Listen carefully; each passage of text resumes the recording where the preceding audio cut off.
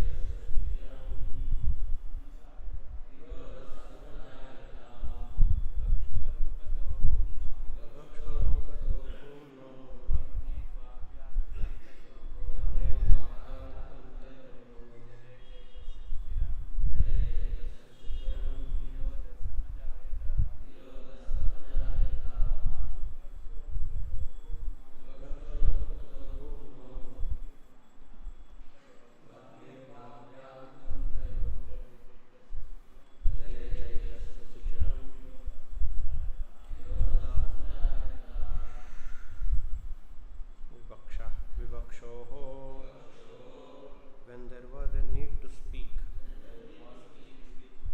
mukataha, from the mouth, bhumnaha, of the Supreme, vahnihi, fire or the controlling deity of fire, vag, vibration, vyahrutam, speeches, tayoho, by both, chale, in the water, cha, however, etasya, of all these, suchiram, a very very long time, nirodha, suspension, samajayata, did continue. Translation and purport by His Divine Grace Bhakti Vedanta Swami Srila Prabhupada ki. Translation: when the Supreme desired to speak, speeches were vibrated from the mouth. Then the controlling deity, fire, was generated from the mouth. But when he was lying in the water, all these functions remained suspended. Kindly repeat. When the Supreme desired to speak,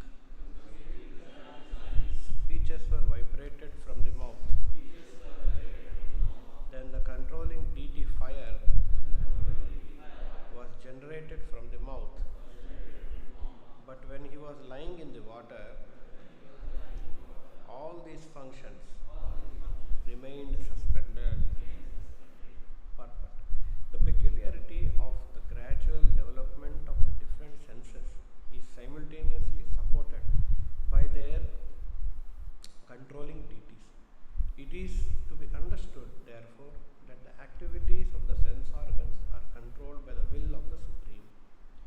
senses are, so to speak, offering a license for the conditioned souls who are to use them properly under the control of the controlling deity deputed by the Supreme Lord. One who violates such controlling regulations has to be punished by degradation to a lower status of life. Consider, for example, the tongue and its controlling deity, Varna. The tongue is meant for eating, and men, animals, and birds each have their different tastes because of different licenses. The taste of human being and that of the swine are not on the same level. The controlling deity, however, awards or certifies a particular type of body when the particular living entity develops a taste in terms of different modes of nature.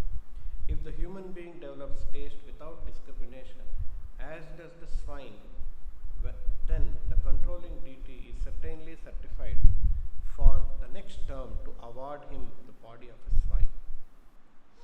The swine accepts any kind of foodstuff, including stools, and a human being who has developed such indiscriminate taste must be prepared for a degraded life in the next life. Such a life is also God's grace, because the conditioned soul desired a body like that of a perfectly tasting a particular type of foodstuff.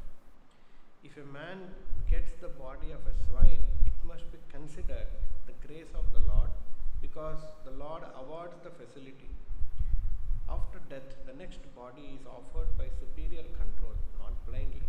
A human being, therefore, must be on his guard as to what sort of body he is going to have in the next life.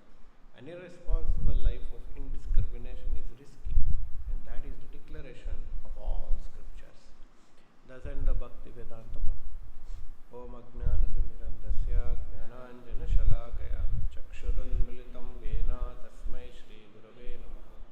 Namo Om Vishnu Padaya Krishna Prishthaya Bhutale Srimate Bhakti Vedanta Swaminiti Namine Namaste Saraswate Deve Gauravani Pracharine Nirvishesha Shunyavadi Paschatya Deshatarine Jai Shri Krishna Chaitanya Prabhu Nityananda Shri Advaita Gadadara Srivasadi Gaura Bhakta Hare Krishna Krishna Krishna Hare Hare Hare Rama Rama Rama Hare Hare.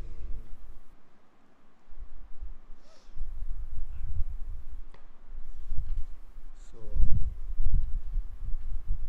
the process of creation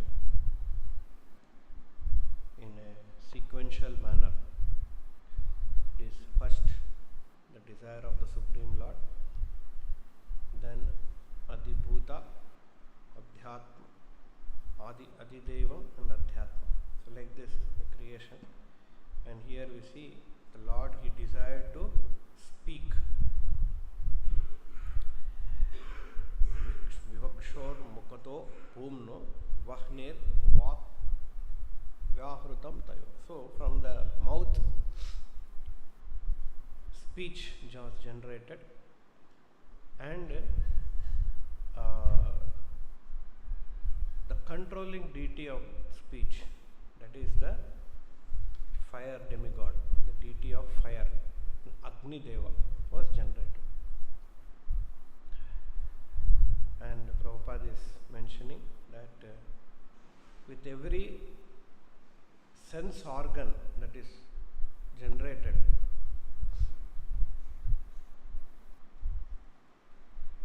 Adibhutam, there is a supporting Adidevam. Every sense organ has a controlling deity. So this indicates that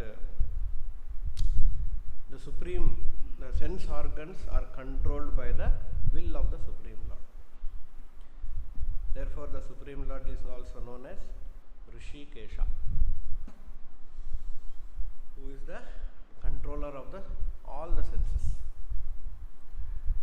Previously we have seen there was a Lord desired to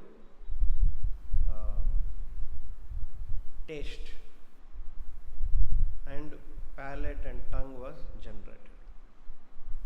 So, and the controlling deity for the taste is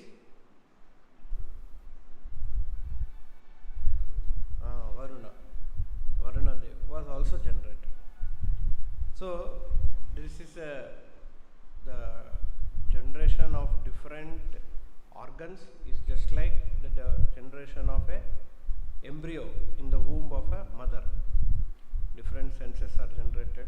So similarly, and that each of the organ that is generated, Adibhutam, there is a Adidaivam assigned to it. So Adidaivam also is created. So Prabhupada is mentioning that every of our sense organs or activities of the sense organs are controlled by the will of the Supreme Lord.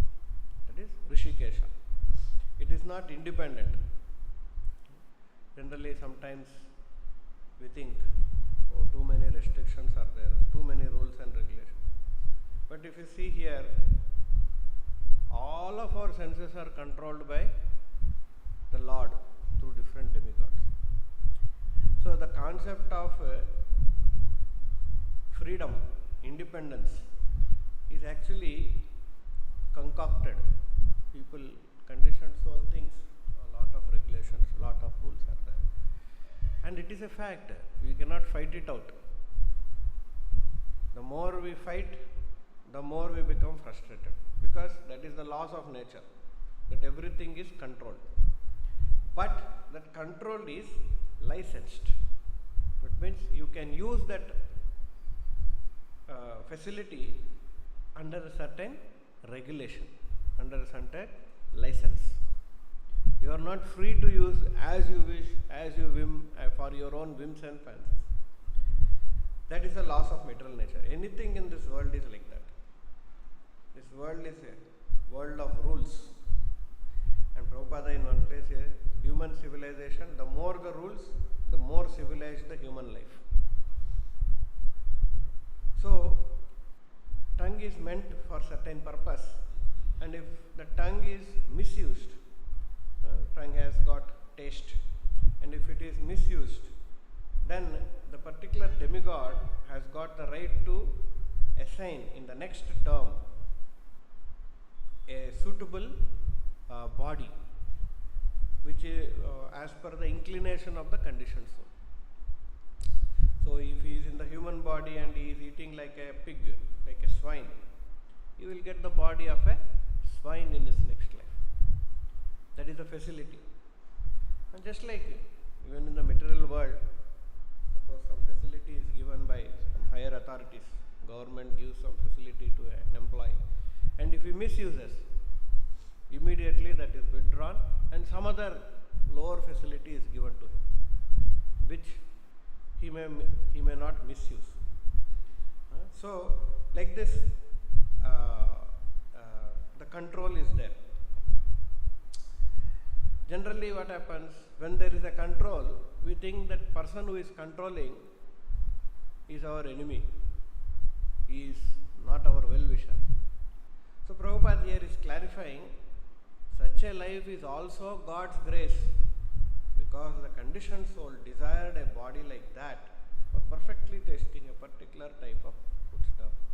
So that is also God's grace. The control is also God's grace, and He is facilitating to enjoy that by giving another body which is favorable for that particular enjoyment is also God's grace.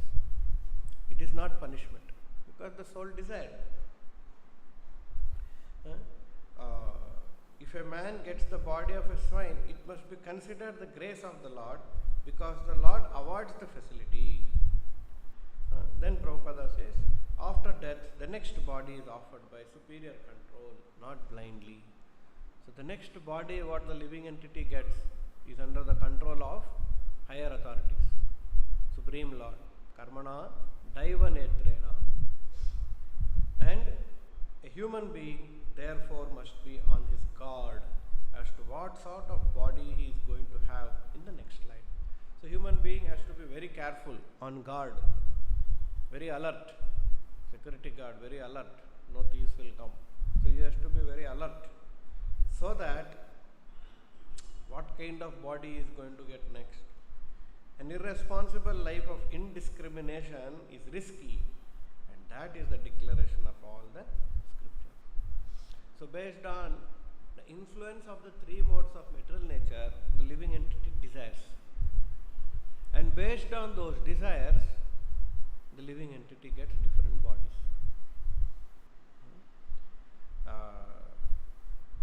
It's like we see a very nice ad. There is a mobile ad comes. Some 10 mobile ads we will see. Each mobile ad is influencing the viewer. Take this mobile, you'll be happy. Take this mobile, you'll be happy. It's like a 3 modes of material nature. The moment it decides, okay, I want this kind of. Every mobile has a certain feature. Not that all mobiles can give same enjoyment. Of course, finally it is same enjoyment. Eating, sleeping, waiting, different. But some varieties are different. So when he takes that and he enjoys, so he purchases. So like that, a living entity, influenced by the 3 modes of material nature, he makes a desire, and the material nature provides him a certain body to enjoy. Body is like the mobile, adibhuta, to enjoy that particular facility in certain controlled environment. But if he misuses that, then again he gets punished by getting a lower form of body. So in terms of these 2 activities, one is tasting and speaking. As Prabhupada is mentioning, there are regulations. It is licensed. Not that you can go on speaking anything you want, or you can eat anything, you can taste anything you want. No, there is a regulation. What is the regulation that the Vedic literatures recommend? Let us try to understand. What is the license? If you understand what is the license, it's like you got a license to drive a vehicle, but you need to know traffic laws. Let's say license is given when you know traffic laws. That means what? One who has got license has to know the traffic laws. You cannot say, sir, I don't know traffic law, please excuse me this time. You say, why did you drive? So as living beings, as human beings, we got a human body. We need to know why this license is given. What is the license? What are the regulations? So Krishna in Bhagavad Gita, he tells what is speech, what is the regulation for speech. Anudvega karam vakyam satyam priyahitam chayat swadhyaya abhyasanam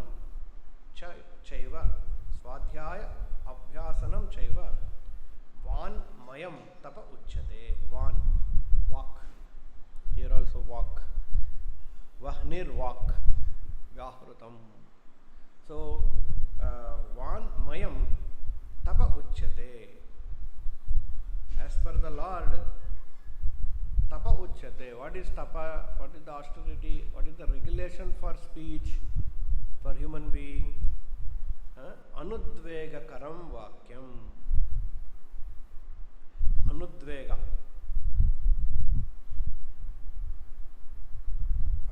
Prabhupada is translating, not agitating others. Speech that is not agitating the mind of others. Like a terrorist will say, let us go and kill. Agitating the mind of others. Or when you tell, the way you tell, the other fellow will feel like, let me not do it. Anudvega karam. Satyam, truthful. But that satyam, priyahitam, it should be beneficial for him. If you tell some truth which is not beneficial for him, then swadhyaya, regularly reciting Vedic literature, chanting Vedic mantras. So like this, so Prabhupada, he gives very wonderful purport. A translation is, austerity of speech consists of speaking words that are truthful, pleasing, beneficial, and not agitating to others. It should be truthful, pleasing, beneficial for others. Simply you are speaking truth, it is no use. And not agitating to others, and also in regularly reciting Vedic literature. So Prabhupada, agitated speaking means one should not speak in such a way as to agitate the mind of others. Like we see sometimes politicians, their speech agitates. It's called provocative speech, provocation. They provocate people. So that is not acceptable. Of course, when a teacher speaks, he can speak the truth for the instruction of his students. But such a teacher should not speak for those who are not his students, if he will agitate their minds. So teacher sometimes he speaks, it appears he is very provocative, agitating. The student may feel, why my teacher is talking very harshly. A teacher, he has got the right, that is his duty. Prabhupada in one place he says, Guru should never praise his disciple, otherwise he will become proud. So he should always chastise. So Guru may do that to his disciple, but to his disciple. Not that any person is walking in the road and he will call, hey, what you are doing. No. To his disciple who has surrendered to him. Therefore, when we preach also, we should see whom we are preaching. We cannot call any roadside fellow, you are not chanting 16 round. You can call a folk boy, why you are not chanting. You can tell a Bhakta or a junior devotee, very well, why you are not doing. But same thing if you go and ask a folk boy, hey, why you are not doing it? It is not concerned to him. So, what is concerned, a Guru has got right to chastise, but to his disciple, not to another disciple or any outsider person. But he does out of compassion to that living entity, not out of arrogance, enviousness, out of compassion. So, and Prabhupada says, this is penance as far as talking is concerned. Besides this, one should not speak nonsense. The process of speaking in spiritual circles is to say something upheld by the scripture. So whenever we talk in spiritual circles amongst devotees, we should talk with reference to the scriptures and with respect to the scriptures. Whenever we talk, suppose we are talking on some national issue, somewhere some scam has happened, and we are talking on that. So when we talk on that topic, we should talk with reference to the scripture. Not that out of my own agitation, mental concoction, I keep on telling this is good, that is bad. No, reference to the scriptures. Sometimes in our discussion, heated argument may happen, and then we, to prove that, use our ego, we use our power. No, anytime, power of scriptures. And if it is there, fact, yes, what we talk is proved to be wrong, through that we should accept. So that is talking nonsense, control of talking nonsense. We talk only what is there in the scripture. We tell what Prabhupada has told. If Prabhupada says this is good, I accept. If Prabhupada says this is bad, I will accept. One should at once quote from scriptural authority to back up what he is saying. So what we say should be, there should be a scriptural authority behind, or scriptural reference should be there. Not that out of my own whims and fancies. At the same time, such talk should be very pleasurable to ears. Not that, okay, I know the truth, I will tell anything I want. Like one time, someone asked one preacher, you think some great leader, you will go to hell? Like that. And that preacher openly, yeah, you will go to hell. Like that he told. No, it should be very pleasing to ears. Such discussion may derive the highest benefit and elevate human society for his benefit.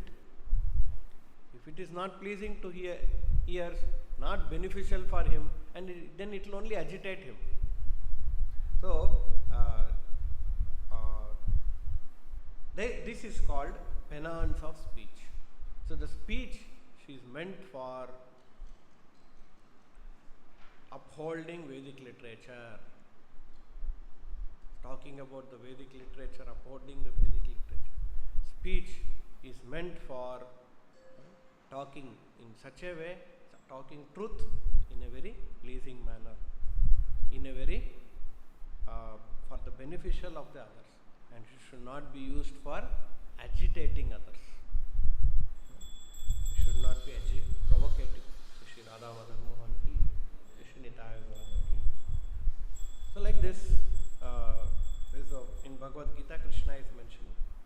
Rupa Goswami in his Bhakti Rasamrita, Upadeshamrita, he has given certain regulations on speech and on food or eating, taste also.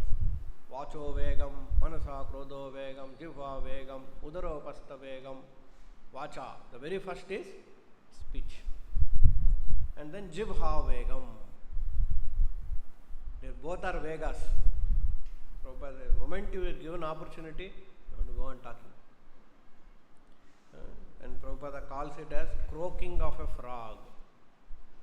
If you keep on croaking like a frog, you are inviting death, snake. So people who simply talk more and more, talk, all nonsense. It is found by research. The teachers have got less shortage lifespan because they talk too much. Talk all nonsense. So, croaking of a frog. Simultaneously, it doesn't mean that okay, now you should stop talking. Vacho vegam doesn't mean mauna vratam. That also is not upholded. Rupa Goswami says positive engagement. So when we refer to urge of speak, we should refer to useless talking. So earlier Prabhupada has told about useless speech. What is that useless speech Prabhupada told? That which is not reference to the Vedic literature. So Mayavadis, all that is no reference to the true Vedic, all misinterpretation. Then people talking about fruitive activities, karma kanda portion. Let us do this, like this we do, and this way enjoy. Let us work very hard, and we will go to moon, Mars planet. Let us do something, we will discover this, and all human society will be benefited. All that is fruitive activities. Then useless talk, one more Prabhupada says, about simply talking about sense gratification or enjoying life without restriction. Vishayinam, Jyotish Oshitam Sangi Sangam. You talk with people, sit with people and keep on, oh, like that I can enjoy, like this I can enjoy. So that is these three. One is talking without any reference to Vedic scriptures, Mayavada philosophy and all. Then talking about fruitive activities, discussion about fruitive activities. When two businessmen talk, oh, that like that we will do, like this. And then talking about sense gratification without any restriction. All such talks or literatures are practical exhibitions for urge to speak. So our category of speech is all in this range only, urge to speak. To counter this tendency, so if we have to counter this tendency, we have to divert our talking to the subject of Krishna. And Prabhupada says, many useless books have been written based on these three. All the books in this world, all are compilations of this useless talks. And if we want to come out, control over that, then we have to divert our talking to subject of Krishna. And then Prabhupada refers, Nayad vachas chitra padam harer yasho jagat pavitram pragnita karihichit tadvayasa tirtam ushnanti manasa nayatra hamsa nirmanti ushikshayaha. So this is like a vayasa tirtha, cross subject. Useless talk is like a cross subject. One comparison is frogs croaking, another comparison is crows. Crow, cow, cow, cow, cow. Especially evening times you will see on the top of that current wire there will be all some big international Geneva conference they will be having there. It's like a Vayasa Tirtham. No use other than disturbance. But Nayatra Hamsa, one who is a swan mentality, they don't have interest in that. They don't sit amongst the crows and discuss crow subject. Vayasa Tirtha. Tadvaga Visarga Janataga Viplava. What is that speech which is really beneficial? Tadvaga Visarga Janataga Viplava. Really, when we speak, it should create revolution. When we speak, it should create revolution. Yasmin pratishlokam abhaddhavatyapi namani anantasya yasho ankitani shrinvanti gayanti grananta vikshnasaha. Such kind of words we should speak which will create revolution. What is that revolution? Janataga Viplava. Janata, common people. Aga Viplava. Aga means greatest sin. Agha. Agham papam, Krishna says in Bhagavad Gita. Agham bunjate tvagam papam. It is great sin if you eat bhoga without offering Krishna. If you eat agham, agham means very sinful, most sinful. So Janata Agha Viplava. It's a great when a pure devotee speaks, a revolution in the heart is created, by which Agha Viplava, that sinful activities are gone. That is real Viplava. What is the real Viplava? The Viplava is the sinful tendencies in the heart is gone by our speech. That is real speech. Tadvaga Visarga Janataga Viplava. Yasmin pratishlokam avadhyavatyapi namani anantasya yasho ankitani. The Supreme Lord's Srinvanti Gayanti Grananta Vikshnasaha. The conclusion is that only when we talk about devotional service to the Supreme Personality of Godhead can we refrain from useless nonsensical talk. Only Supreme Lord. When we talk, nonsensical talks are automatically eradicated, controlled. We should always endeavor to use our speaking power solely for the purpose of realizing Krishna consciousness. And that words, Janata Agha Viplava, creates a revolution in the heart. Not revolution in the world, first there should be revolution in the heart. People will change, will transform. You will have a desire, oh, I don't want to do any sinful activities. That is real speech. So speech is, we have to speak truth for the beneficial of the others in a pleasing manner and not provocative manner. And we should not do useless talks, Mayavadi philosophy, fruitive activity and sense gratificatory talks. And in order to control that, we should speak only about Krishna, devotional service, which will create revolution in the heart of sinful people. So as far as the urge for tongue, Vacho Vegam, Jivha Vegam. What is Jivha Vegam? We all experience that the tongue wants to eat palatable dishes. So this is the urge of the tongue. there of the Lord to taste. So taste, tongue. Generally, we should not allow the tongue to eat according to its choice. Not that what I want to eat, what tongue wants to eat, tasty. But should control the tongue by supplying prasadam. Only prasadam. The devotee's attitude is that he will eat only when Krishna gives him prasadam. That is the way to control the urge of the tongue. So the urge to control speech, we discussed. So now urge to control tongue is to give tongue only Krishna prasada. One should take prasad at scheduled times. Not any time. No, scheduled times. And should not eat in restaurants or sweetmeat shops simply to satisfy the whims of the tongue or belly. There is no onion garlic in the sweet, Prabhu, let me take. No. Scheduled time. There's a breakfast time is there, lunch time is there, dinner time is there. Scheduled time. Prasadam.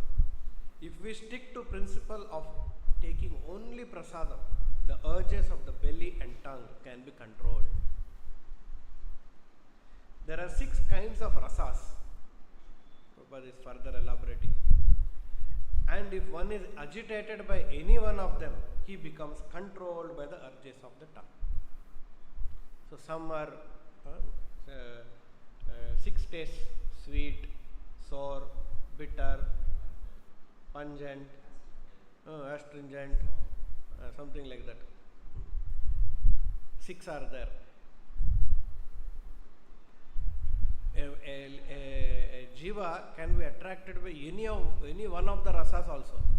He may like to eat only sweets. Then that we see majority of them. Some are only bitter they want to eat. There are categories like that also. They want to eat only spice, pungent. Or some only wants to eat bitter, sour.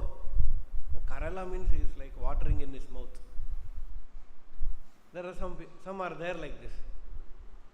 So Prabhupada is saying, if one is agitated by any of them, he becomes controlled by the urge of the tongue. So we are not controlled by rasas. Rasa is not dictating my tongue.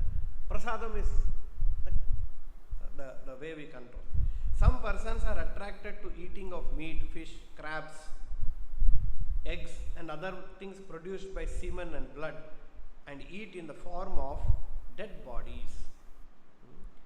Others are attracted by eating vegetables, creepers, spinach or milk products, but all for the satisfaction of tongue's demand. So one side is meat and all, another side is even vegetable for sense gratification is considered urges of the tongue. Till recently some video is released on what is egg. So they're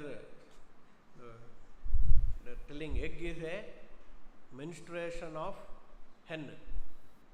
So like that. So that's why Prabhupada is using semen and blood and eaten in the form of dead bodies. So such eating for sense gratification, including the use of extra quantities of spice like chili and tamarind, is to be given up by Krishna conscious person. So too much of tamarind also is not control of tongue. Pulubu. Some place in Andhra, if you don't add tamarind, they'll be upset. Say, and chili, too much of taking chili. So chili and tamarind. Actually, if you see this, you will feel whatever we are eating is very agitating. Actually, what has happened through generations, the cooking philosophy has changed. Tasting philosophy has changed. Because restaurants and all of that, lustily they prepare lot of spice, pungent, and they add so much of masalas. So we have forgotten what is real taste. When we hear, oh, no spice and tamarind, Prabhu, without salt, how it is possible? So these are all by gradual devolution of cooking and eating concepts. The use of pan, haritaki, betel nuts, various spices used in pan making, tobacco, LSD, marijuana, opium, liquor, coffee and tea is indulged into full illicit demands. So all these are illicit demands of tongue. If we can practice accepting only remnants of food offered to Krishna, it is possible to get free from Maya's victimization. Why Maya's victimization? If you want to overcome that, simply control our tongue, taste. Vegetable, grains, fruits, milk products and water are proper foods to offer to the Lord as Lord Krishna himself prescribes. However, this is a little, Prabhupada is specifically mentioning about this, because one moment we say prasadam, we should eat, then overeating of prasadam also happens. Prabhupada. However, if one accepts prasad only because of its palatable taste and thus eats too much, he also falls prey to trying to satisfy the demands of the tongue. That is also jivha vegam. Eating prasadam only for satisfaction of the tongue, and because it is satisfying, eating more. Okay, in the beginning maybe allowed when we don't know much. But as we gradually advance, we should take prasadam. They say prasadam is called honoring prasadam, not eating prasadam. Sri Chaitanya Mahaprabhu taught us to avoid very palatable dishes even while eating prasadam. Luxurious eating, all luxurious items are there, very special sweets, like only king kind of a people they eat. Chaitanya Mahaprabhu says, oh, we should be very careful. If we offer palatable dishes to the deity with the intention of eating such nice food, we are involved in trying to satisfy the demands of the tongue. Nice feast tomorrow. In the preparation of feast menu planning, oh, this I will eat, I will give to the Lord, and then tomorrow. No, that is also urge of the tongue. If we accept invitation of a rich man with the idea of receiving palatable food, we are also trying to satisfy the demands of the tongue. Sometimes the rich people will call sadhu seva. Especially in north they do that. And then devotees will go, we'll give us rich food. That is also demands of the tongue. He will offer. Whatever he prepared, he will first offer only. They will put without onion, garlic, but that is also demand of the tongue. Because you are going for eating the palatable dish, taste.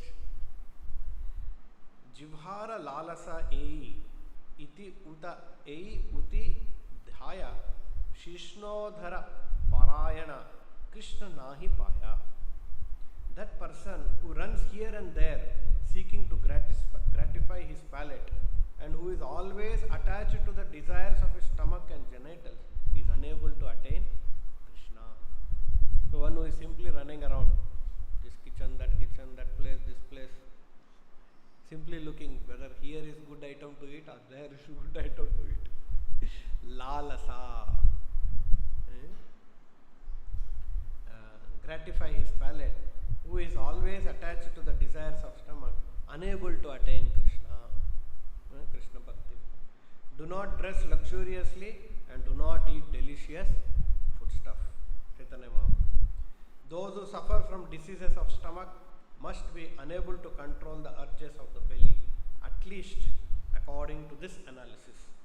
When we desire to eat more than necessary, we automatically create many inconveniences in life. However, if we observe fasting days like Ekadashi and Janmashtami, we can restrain the demands of the belly. So like this, the license is there for eating and speaking. So this and if we use this facility of tongue, speech and taste as per the regulations given by Acharyas, in the scriptures, that is the best utilization in devotion, service or human life. Any questions?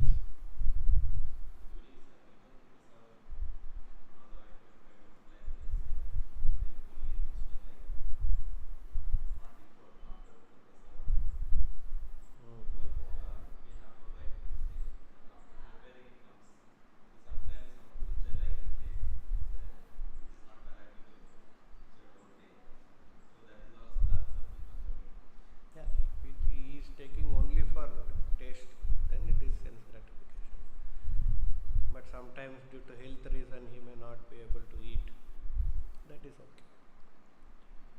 That is okay. Little bit is okay. You like it and you take one more piece. That is okay. But overeating is dangerous. Limited eating.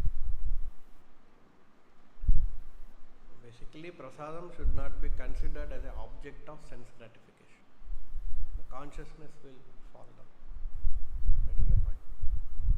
Prasadam is prasadam, Krishna's mercy. Granth Raj Srimad Bhagavatam ki